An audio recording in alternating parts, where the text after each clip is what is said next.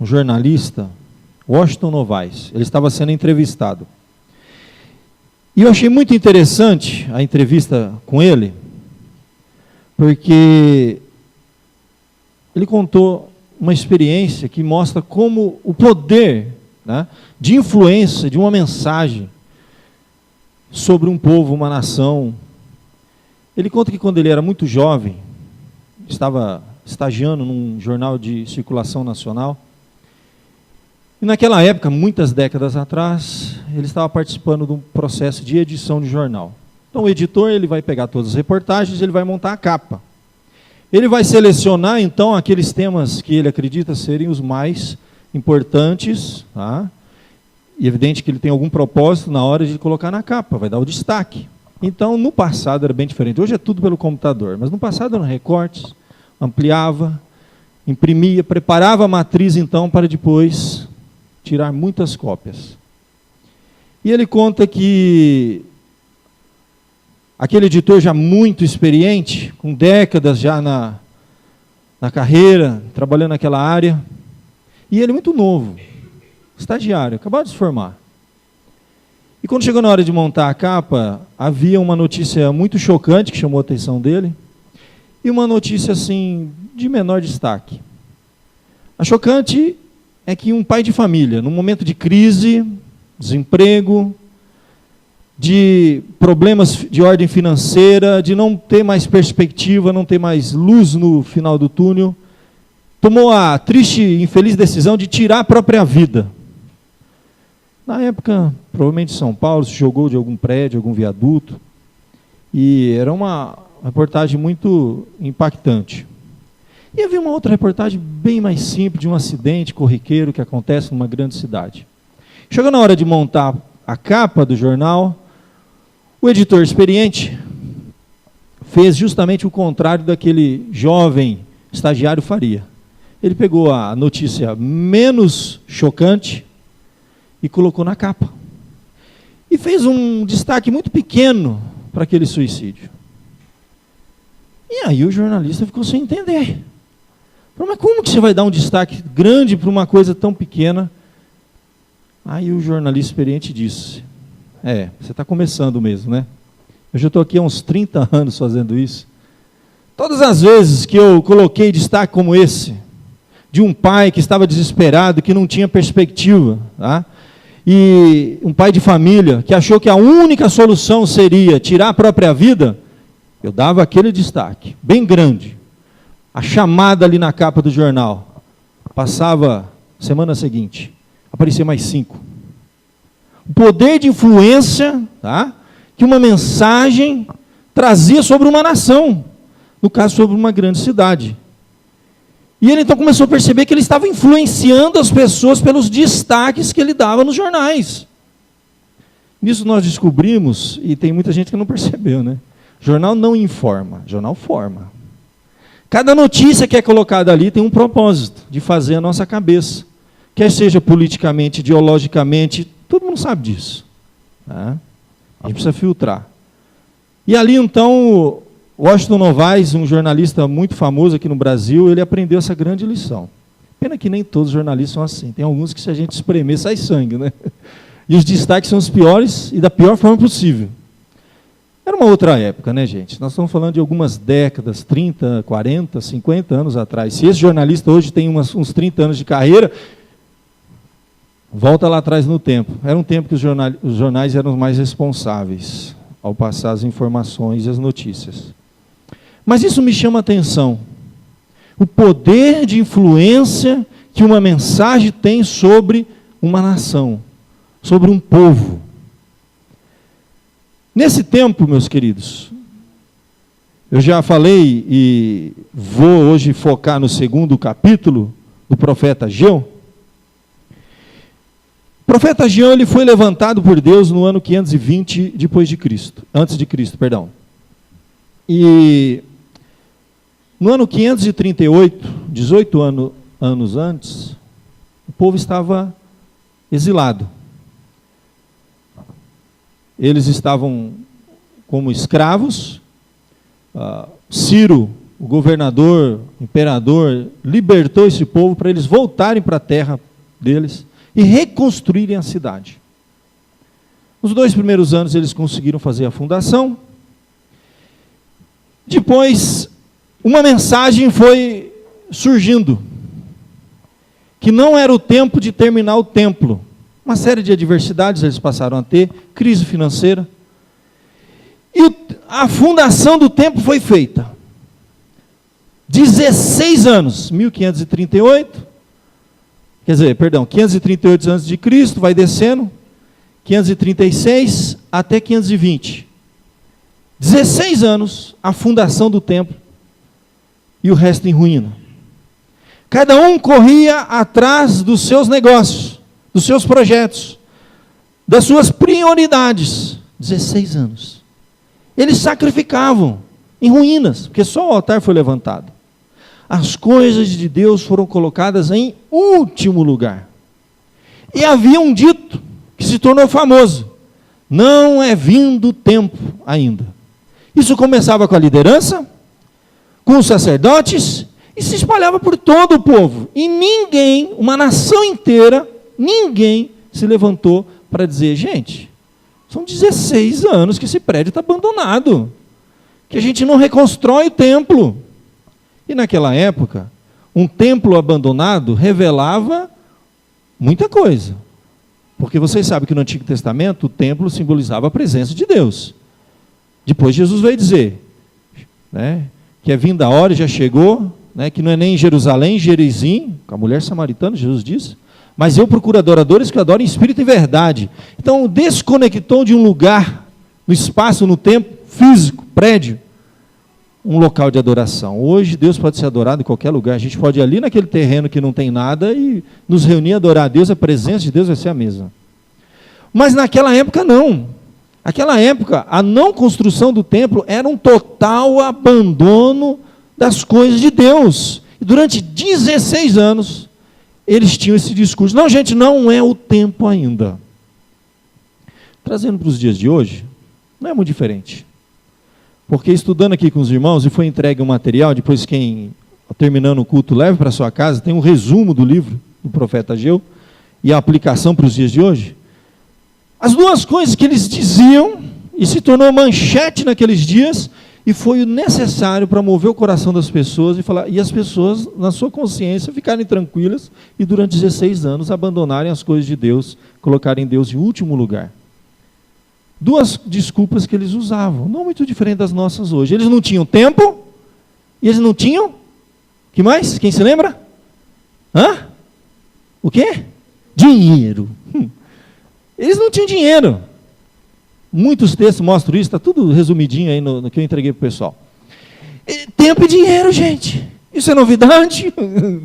Se 2.500 anos atrás eles não tinham tempo e dinheiro, dirá eu e você em pleno século XXI, o que a gente não tem?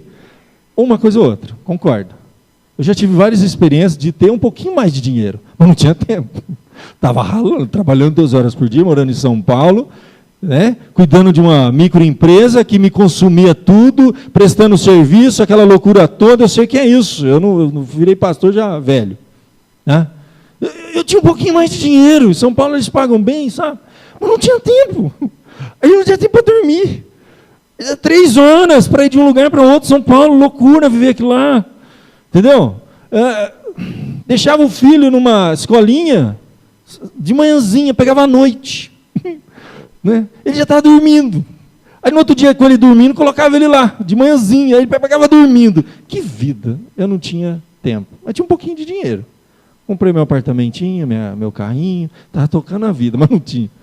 Aí eu vim para o interior a gente tem tempo, mas não tem dinheiro, né? Aqui não tem tempo, rapaz, tem tempo. O povo tem tempo, não sei o que. O tempo aqui, o dia aqui dura, passa, mas não tem dinheiro. É o dilema do homem do século XXI. Ou eu tenho tempo, mas não tenho dinheiro. Ou eu tenho dinheiro, mas não tenho tempo. Feliz é aquele que consegue ter as duas coisas. Então era a desculpa da época. E eles diziam isso e ninguém se movia. Coisa extraordinária. Deus levanta um profeta para acordar o povo. Fala, para essa desculpa que não está colando Mas, e de fato, meu querido, nesses 20 anos de fé que eu tenho, uns 15 aí de trabalho na obra de Deus mais intensamente, desde o seminário, eu vou descobrindo uma coisa, gente. O camarada, quando ele diz que não tem tempo ou não tem dinheiro, esquece. Sabe por quê? Eu me converti quando era adolescente. Quando era adolescente, tu não sabe, você está focado, está preocupado em quê? Você vai fazer a faculdade, está preparando para vestibular, você não tem tempo, né? Aí depois você entra na faculdade, rapaz, terminar o curso para não ficar em DP. E aí depois você arranja uma namoradinha. Aí não tem dinheiro, porque você tem que guardar dinheiro para casar. Aí então você vai adiando as coisas de Deus. Não, olha, não dá para me consagrar agora, eu vou deixar para depois, não dá para me dizimar e ofertar, não dá porque eu tenho que guardar dinheiro para o meu casamento. Aí depois que o camarada casa, rapaz, quem casa quer comprar um terreninho, pastor. Comprar um terreninho, vai construir. Quando estiver terminando, aí ele já começou a vir uns filhinhos, né?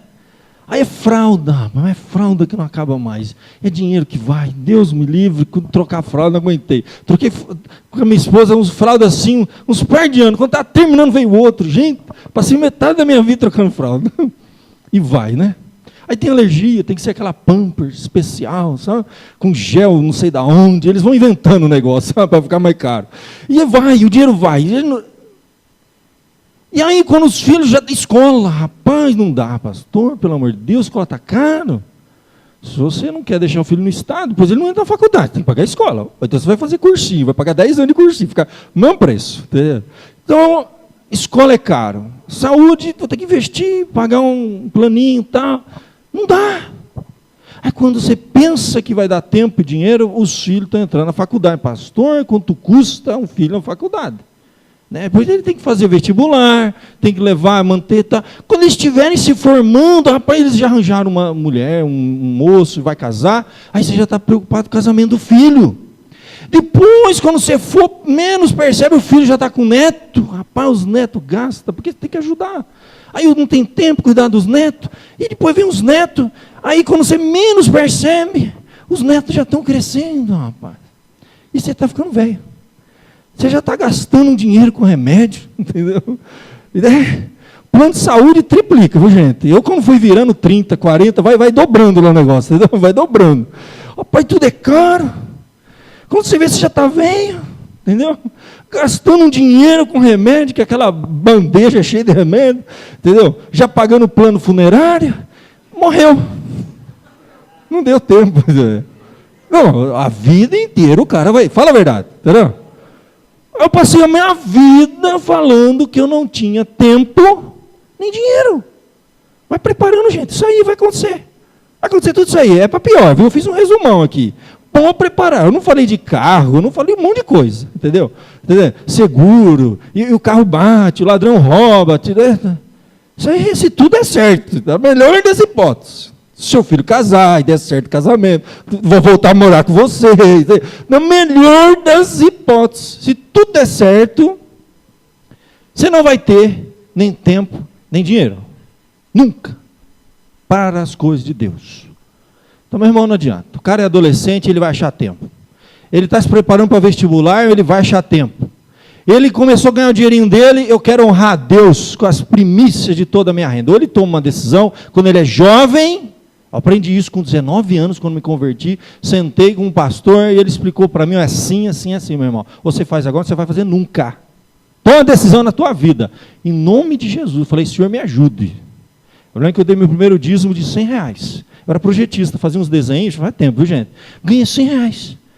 Era prancheta ainda, já. Nanquim. Rapaz, fui 19 anos, fui levar R$10 de dízimo. Imagina hoje.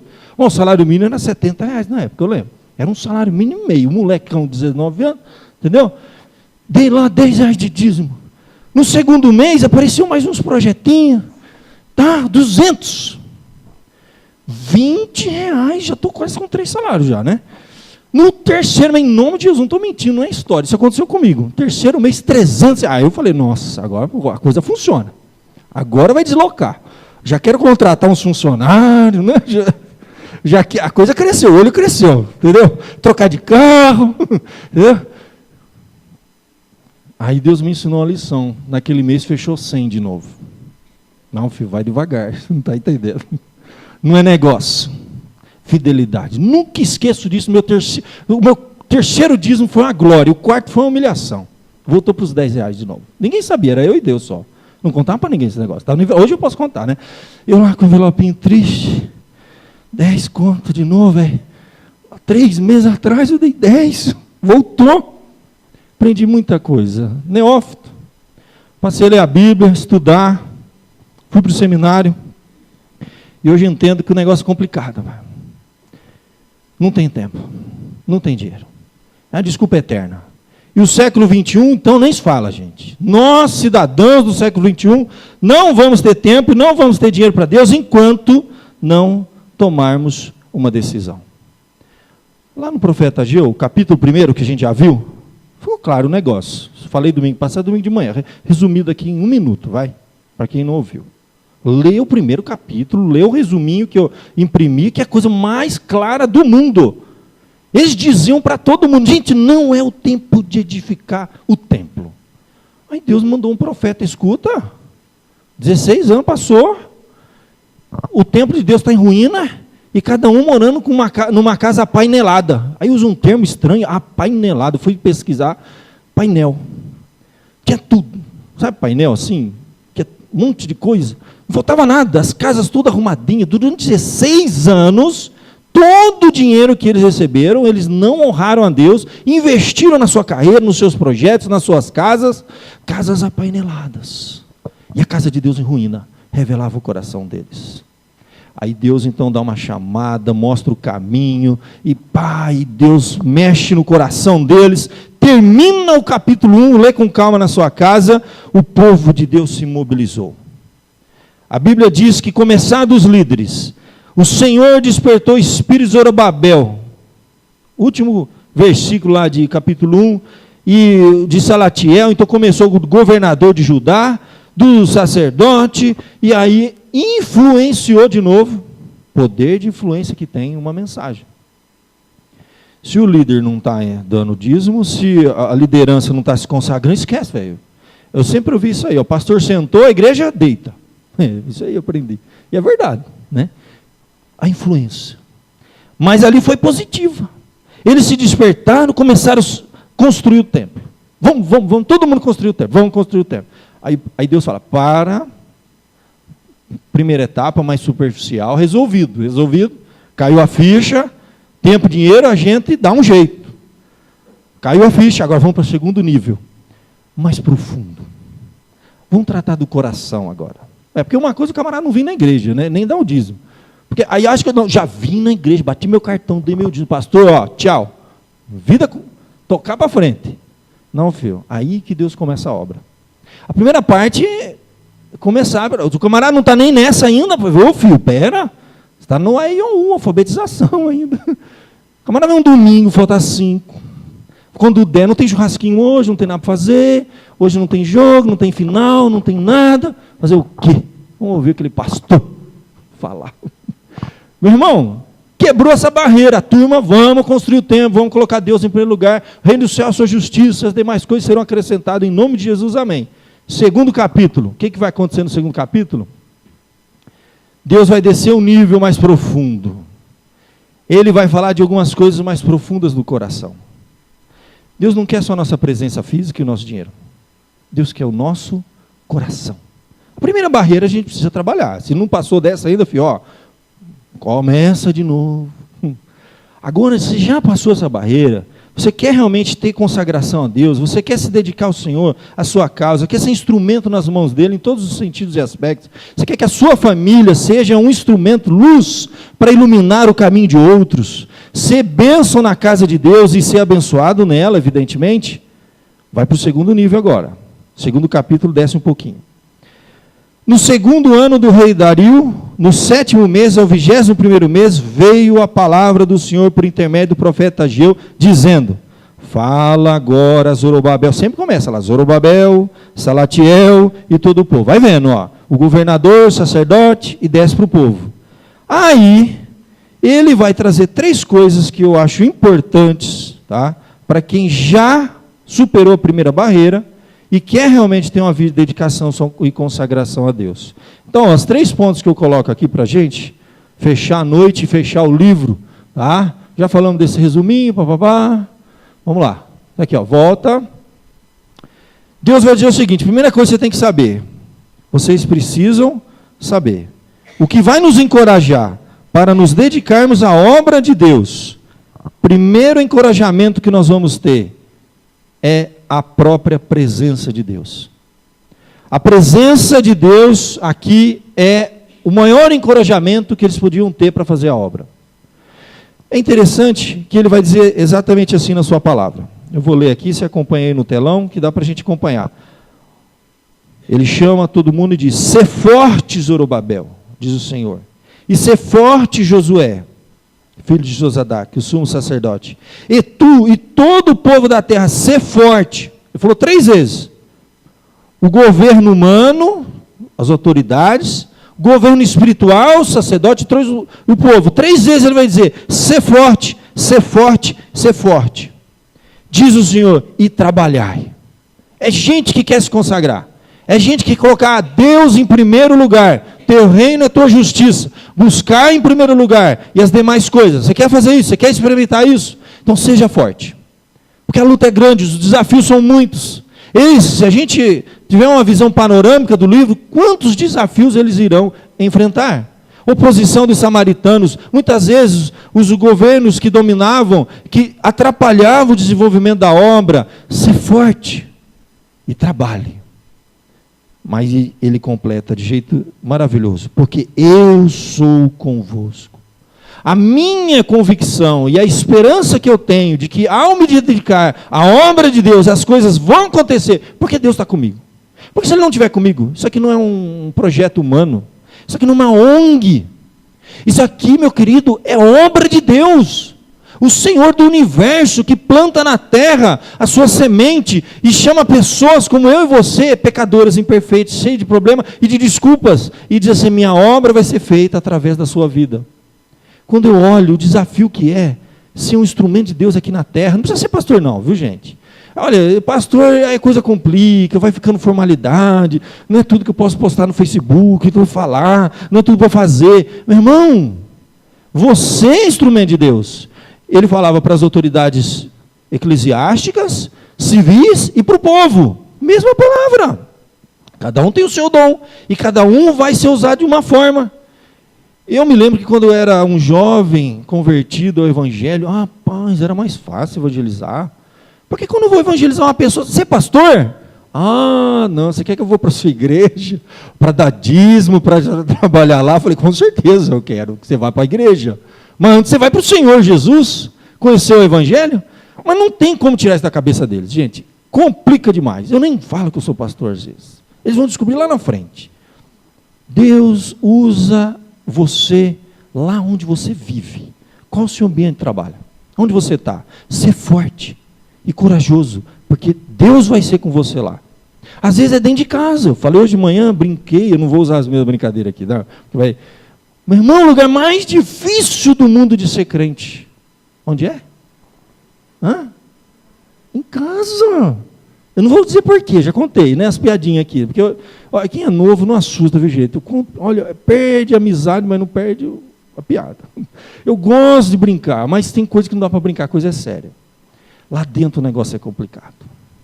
A gente quer evangelizar as pessoas dentro de casa. Todo mundo tem alguém para evangelizar na família, não tem? Todo mundo tem. Eu não nasci em lar evangélico, tá? Meus pais não são evangélicos. Meu irmão, o lugar mais difícil do mundo. Porque lá nós somos, de fato, quem nós somos. Dentro de casa, nós realmente revelamos quem nós somos. Quando você está irado com raiva, você não controla. Lá dentro você fala. Lá no emprego, você vai perder o emprego. Você aguenta pancada, aguenta um monte de coisa. Chega em casa, você mostra o que está no seu coração.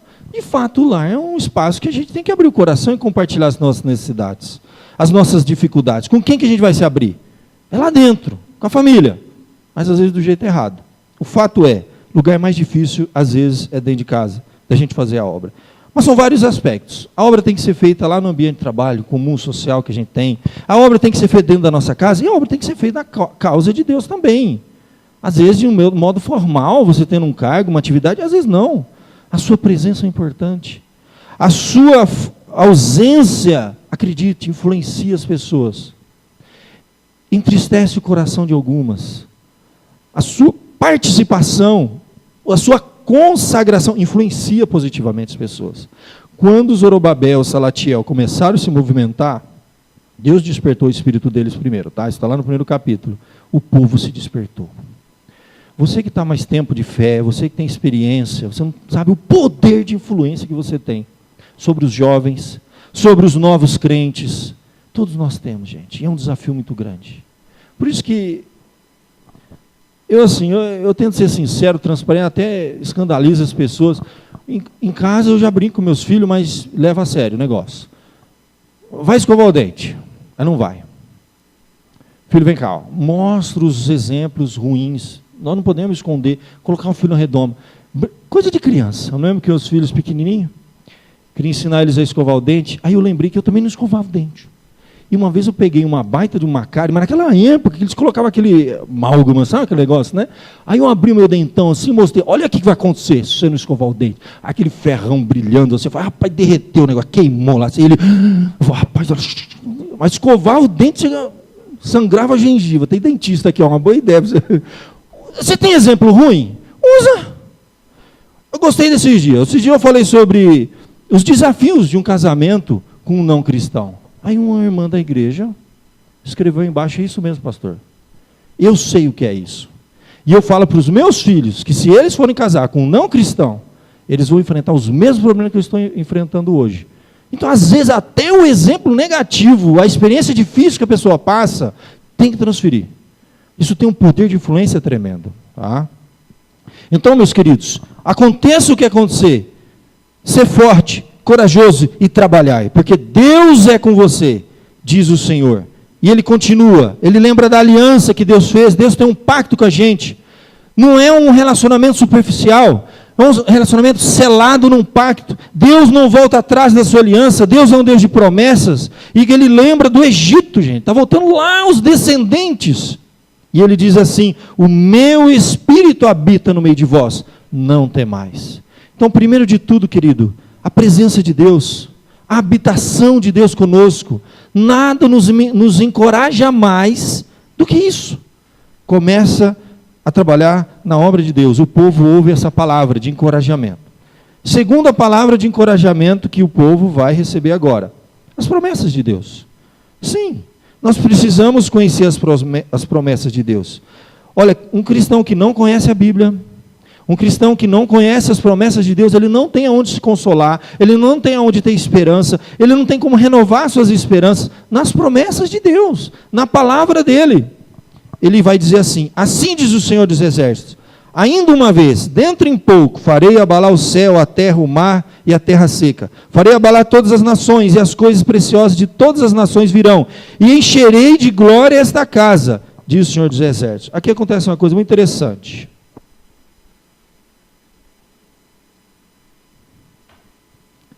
Olha, eu posso dizer que Deus tem duas promessas aqui, justiça e glória.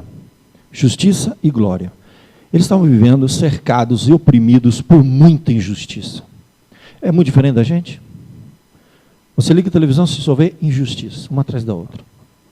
Cada produto que você compra, você olha aquele imposto e fala, gente, não acredito. É muita injustiça que a gente vive o tempo todo sendo cometido. E a gente tem que viver na esperança dessas promessas. Nós estamos servindo a um Deus justo, que um dia vai fazer justiça. E ai daqueles que forem desavisados e não conhecerem essas promessas.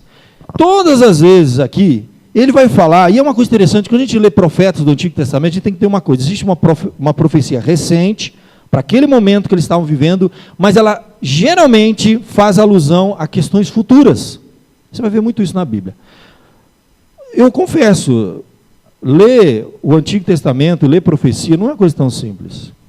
Você conhecer um pouquinho a Bíblia, você vai participar de uma escola dominical, precisa estudar um pouquinho.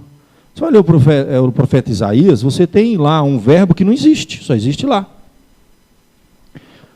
É um verbo que, às vezes o profeta falava de algo como uma ação completa no futuro. Uma ação completa, geralmente é no passado. Ele amou, ele andou, ele matou, está lá no passado. Mas existe o que a gente chama de perfeito profético. Muitos não sabem disso. E tem confusão na hora de interpretar a Bíblia. O livro do profeta Isaías é cheio de perfeito, uma ação completa, perfeita, já aconteceu, mas não é no passado, é no futuro. A ideia é assim, quando Deus envia um profeta para falar algumas coisas com tanta convicção, é tão certo que Deus vai fazer aquilo, ele usa o perfeito profético. É como se diz assim, olha, fulano morreu, mas está vivo ainda. Não, mas é tão certo que Deus vai executar a sua justiça, que Deus vai fazer alguma coisa lá no futuro. Então ele não fala morrerá, ele fala morreu, aconteceu já. É tão certo diante de Deus que aquilo vai acontecer. Muitas vezes a gente usa isso no dia a dia e nem percebe. Alguma coisa acontece e fala, ai meu Deus, estou perdido. Mas não aconteceu ainda, no passado. Estou perdido. Perfeito, algo que já aconteceu. Vai acontecer alguma coisa com você lá no futuro, e você já diz com tanta certeza, isso vai acontecer na minha vida. Isso é perfeito profético. As profecias falam de coisas do presente e do porvir. As profecias sobre justiça estão falando de coisas recentes que iriam acontecer naquele momento, naquela época da história. Por exemplo, os persas seriam vencidos pelos gregos. Eles estavam sob o domínio persa. E Deus está dizendo aqui que eles fariam justiça, que Deus faria justiça sobre eles. E na palavra, eles assim, farei abalar o céu, a terra, o mar e a terra seca. E farei abalar todas as nações, e encherei coisas preciosas, e coisas preciosas de todas as nações virão, encherei de glória esta casa, diz o Senhor dos Exércitos. Versículos 6 e 7 está falando de coisas que iriam acontecer naquele momento, naquela época. Mas se você lê a profecia de Ageu, ele às vezes lança lá no futuro essa justiça. E ele vai falar daquele dia, o dia da justiça de Deus. E um dia que ele julgaria todas as nações e todas as injustiças do mundo. Então, são promessas que serviram para o tempo presente e servem para o futuro, de um Deus que age na história e faz justiça. As promessas de Deus nos encorajam. Quando você enfrenta uma injustiça nessa vida, e você fala assim, eu quero servir a Deus, eu vim para a igreja, eu quero me dedicar, eu quero orar, eu quero trabalhar na obra de Deus, e você passa a sofrer algum tipo de injustiça, a primeira coisa que acontece é você desencoraja. O que adianta servir a Deus? Não. As promessas de Deus devem te encorajar, porque Ele é um Deus de justiça. E melhor você ser injustiçado do que você cometer injustiça. Nós temos que crer nessas promessas, porque você vai desistir no meio do caminho. Quando você vê coisas erradas acontecerem, quando você começar a enfrentar dificuldades, esse povo estava recebendo profecias de coisas que iriam acontecer no futuro próximo. Mas ao mesmo tempo, principalmente lá no finalzinho do livro, ele vai apontar para coisas futuras, que ia acontecer lá na frente.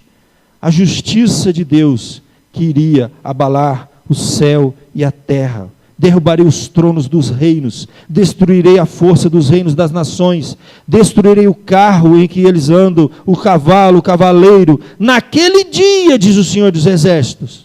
Está lá no finalzinho, no verso de número 23, que nós acabamos de ler. Promessas da justiça de Deus para o presente e para o futuro. Por que isso é importante para nós? Algumas vezes, e dizia Agostinho, e eu acho interessante, que Deus faz justiça no presente, para a gente se lembrar que Deus governa e reina, e Ele está agindo no presente. Mas às vezes Ele não faz justiça diante dos nossos olhos. Nós vamos partir desse mundo sem ver a justiça de Deus, para nos lembrar que é um Deus eterno, e que quando Ele não faz justiça aqui, certamente, e para pior, para aqueles que cometem justiça, Ele fará no porvir. É um Deus de justiça, no presente e no futuro. Isso consola pessoas que vivem num mundo injusto. Agora, se a sua esperança está nesse mundo está muito equivocado com a palavra de Deus. Porque a Bíblia diz que a nossa esperança está em novos céus e nova terra, onde habita justiça. Nesse mundo eu vou sofrer injustiça. Eu vou sofrer injustiça debaixo de um governo corrupto. Eu vou sofrer injustiça debaixo de autoridades corruptas. Pode ser profissional, pode ser lá no seu trabalho. Eu vou sofrer injustiça porque eu convivo com pessoas corrompidas. E às vezes até eu mesmo cometo injustiças. Mas se eu sou filho de Deus, eu me arrependo delas. Peço perdão, porque eu não quero sofrer o juízo de Deus. Nem no presente, nem no porvir. A segunda promessa, que consola, que conforta, é interessante.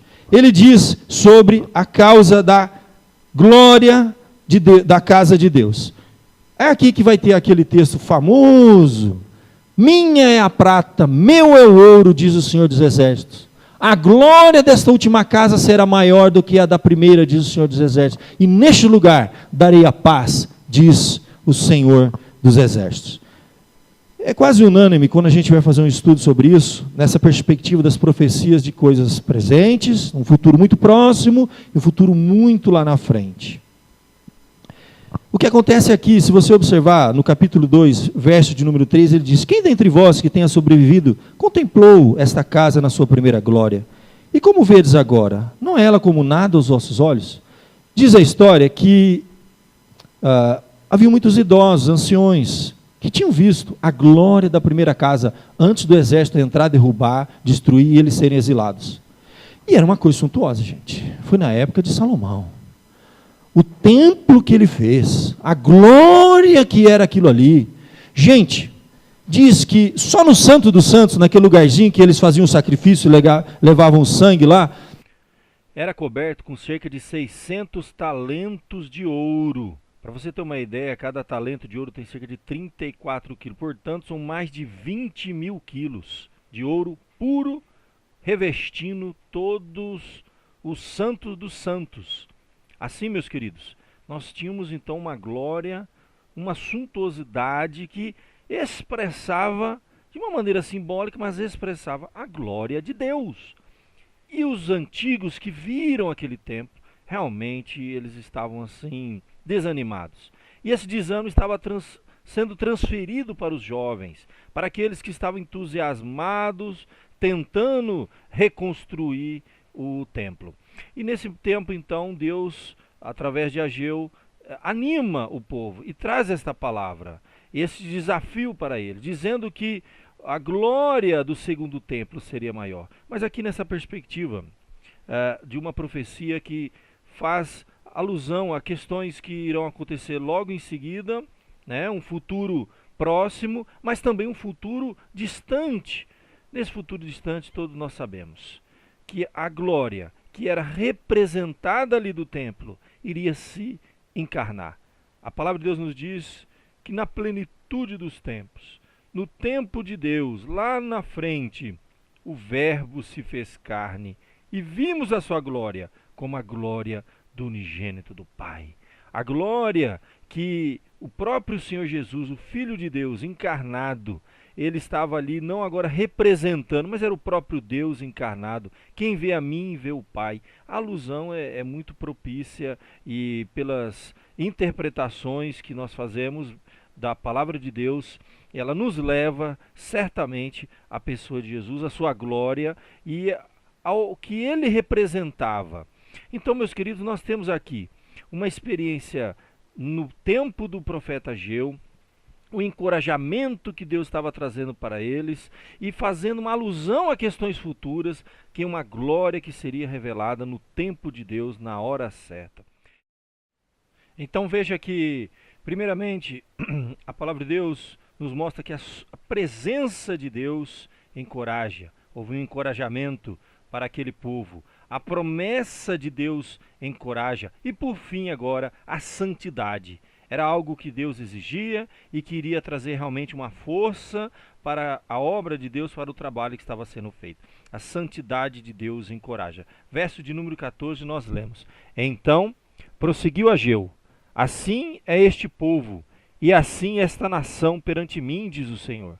Assim é toda a obra das suas mãos, e o que ali oferecem, tudo é imundo. Agora, pois, considerai tudo o que está acontecendo desde aquele dia, antes de pôrdes pedra sobre pedra no templo do Senhor. Esse ponto, meus queridos, vai ser considerado então um ponto muito importante. Eu acredito aqui agora, fechando este livro, a questão da santidade de Deus. Não podemos servir na obra de Deus sem isso. Ele vai usar aqui uma figura muito interessante. Ele diz assim, no verso 14, assim é este povo. Se você olhar no verso 12 e 13, ele vai falar do problema que havia no passado de contaminação, porque era culto cheio de cerimônia religiosa.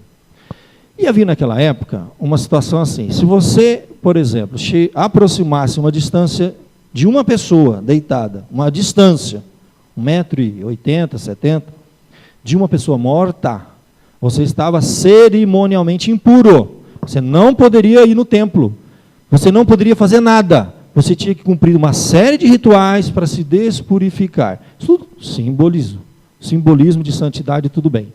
O que acontecia é o seguinte, as pessoas se contaminavam de tocar numa coisa imunda, de fazer uma coisa errada, mas ele vai usar uma figura interessante.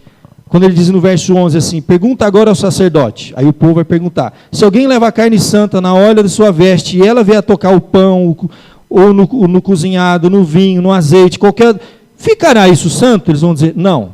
Agora, se for o contrário, se tiver uma coisa imunda e tocar nela, fica imundo? Fica. O que ele está dizendo é o seguinte, é como uma doença o pecado. O fato de alguém estar contaminado pode transmitir para você, mas você que está saudável, você não transmite saúde para quem está doente. É isso que acontece com o pecado. E o povo naquela época estava indo servir a Deus com problemas no coração ainda não resolvidos. Eles tinham boa vontade, Deus já trabalhou a primeira etapa, eles estavam confiando aqui na presença, nas promessas de Deus. Falta uma última coisa para quem quer servir a Deus. Deus está dizendo, tudo que esse povo está fazendo é imundo, eu não posso aceitar. Resumindo o final do capítulo, Deus vai falar de santidade, Deus vai falar de mudança de vida. Se nós queremos servir a Deus, queremos que a nossa vida seja aceita por Deus, olha o verso 18, considerai, eu vos rogo. Já não há semente no celeiro, além disso a videira, figueira, romeira, oliveira, nada, mas deste dia em diante, eu vos abençoarei. Deus estava dizendo que se o povo tirasse do meio deles, do coração deles, aquelas coisas que precisam ser tiradas, que estavam ali naquele caso, bloqueando, impedindo as bênçãos de Deus, havendo mudança, havendo santificação, desde este dia eu vos abençoarei. E ele continua, naquele dia, diz o Senhor dos Exércitos, tomar-te-ei, ó Zorobabel, filho de Salatiel, meu servo, diz o Senhor, e farei como um anel de selar, porque te escolhi, diz o Senhor dos Exércitos. Nós terminamos o último versículo do livro de Ageu. O que Deus está dizendo? E está nos encorajando para nos aproximarmos dele. E a última coisa que a gente tem que fazer, já que nós queremos realmente tratar de tudo, não tem como. É aquela história. Eu cresci 3 gerações de quem mexeu com mecânica.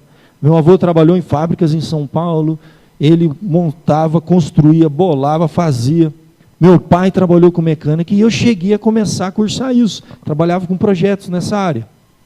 A gente mexia com peças, com carro, com uma mecânica de uma fábrica, seja o que for. Quando você está na penumbra, você acha que você está limpo. Até que você sai à luz do dia. E quando você sai à luz do dia, você vê que, nossa, olha minha mão. Nossa, olha minha roupa. Preciso lavar melhor, preciso trocar. Quem mexe com peça, com carro, com fábrica, é isso que acontece. Quando você vai para a luz, você descobre que está sujo ainda. O que Deus está dizendo é que eles estavam se aproximando de Deus. E conforme você se aproxima de Deus, você olha para o seu coração e você descobre, tem coisa suja ainda. Eu tenho que limpar algumas coisas na minha vida. Eu tenho que mudar alguns hábitos. Eu tenho que confessar alguns pecados. Só que isso não vai acontecer quando você não se aproximar de Deus. Deus estava dizendo, mais do que tudo, o povo, desde o início, durante 16 anos, não queriam reconstruir o templo, porque eles sabiam, quando fizessem isso, muita coisa ia ter que mudar. Quando eu vou me colocar nas mãos de Deus para ser usado realmente, me consagrar de fato na obra de Deus, muita coisa vai ter que mudar na minha vida. E às vezes eu prefiro deixar de longe. E quando eu estou no lugar escuro, eu não vejo a graxa na minha mão. E quanto mais eu me aproximo da luz, mais eu percebo quão pecador eu sou. Mas se lembra, como ele diz, farei com você um anel de selar, porque eu te escolhi. Você é obra de Deus, filho de Deus, filho da aliança. E Deus quer te trazer para perto, para te purificar, para te transformar, para te burilar, para que você seja um vaso de honra na causa e nas coisas de Deus. Ageu nos ensina a considerar o nosso passado, compreender o nosso presente e garantir o futuro. Isso foi no capítulo 1. Que lições Ageu apresenta para a igreja do século XXI, para a sua vida e sua espiritualidade? Finalmente, somos encorajados a servir a Deus, devido à sua presença, promessas, e agora somos santificados, separados e usados como instrumento na causa de Deus. Feche seus olhos, vamos falar com o nosso Pai. Enquanto os irmãos vêm à frente, nós vamos encerrar o nosso culto, orando, falando com o nosso Deus. E a nossa esperança é que você saia desse culto transformado, diferente daquilo que você era quando você entrou. Ó Deus, o Senhor conhece a minha vida.